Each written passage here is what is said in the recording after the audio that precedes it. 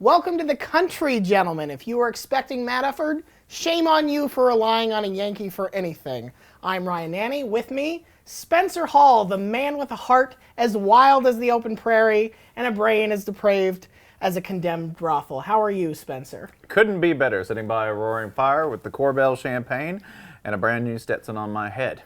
We are here, of course, for the college football national championship game, but turns out there were some pro football games this weekend as well. I know this comes as a surprise to you. We're going to talk about them all the same. Normally, Matt would reveal his and his guests' Mount Rushmore sort of Hall of Fame, but we're not going to do that in Texas. We have Hosses. Spencer, who is your first Hoss of this weekend's NFL action? Why, that'd be big brain Bill Belichick just busting out a college play on these NFL fools. You know, you think that John Harbaugh, whose schedule formally, by the way, includes no less than 800 hours of film study per week, would have managed to spot a play that's in every single NCAA football game, but I guess that's just not worth paying attention to. No. So kudos to Bill Belichick for pulling a sophomore prank that worked. Video games are for children, and any Harbaugh will tell you that. And children, not worth a Harbaugh's time. No, it's very serious business football. My first Hoss, I will go with the Indianapolis defense. Facing Peyton Manning and the Denver offense, they basically shut them down. Denver scored one offensive touchdown. They got in the red zone once. They converted like 25% of their third downs. They were up to 44% in the regular season. This was a defense that is full of no-name guys and hadn't done anything to really impress you much in the regular season, but they have turned it on down the stretch. So good for you, Andrew Luck. You're finally not the only one carrying this team on your back. Hoss number two.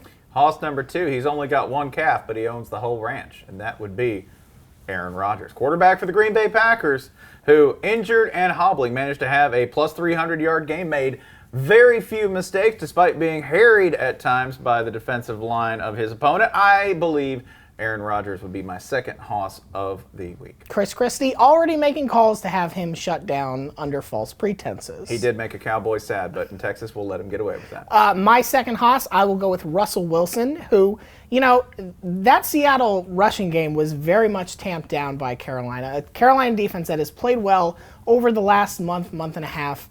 So he had to step up and be the offense, and he performed more than admirably. He threw for 3 touchdowns. He found the big plays when they were there. And more importantly, he didn't make mistakes. Took 2 sacks, didn't throw a pick.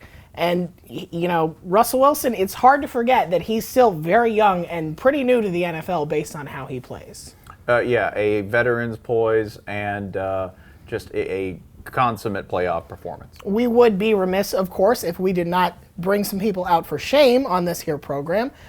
Spencer, give me your yellow belly of this week's NFL. Yeah, I'm just going to continue to bag on him. It's John Harbaugh. John Harbaugh publicly displayed, like, I'd love this, in Sports Illustrated, publicly displayed his schedule as watching like 900 hours of film. I just cannot, that you miss a play that every high school knows is coming. That Lane Kiffin used. Let me just redefine that, okay? That you used a play now you're just that being Lane vulgar. Kiffin used, and it fooled you. So, yeah, run go tell that, John Harbaugh. You're the yellow belly of the week. Go back in the film room. I have an even worse yellow belly for you.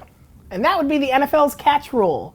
I don't know what it is. You don't know what it is. No one knows what it is. Nobody knows what it is. Dez Bryant had what looked like, to my eyes and to your eyes, an amazing catch that should have kept the Cowboys in the game against the Green Bay Packers.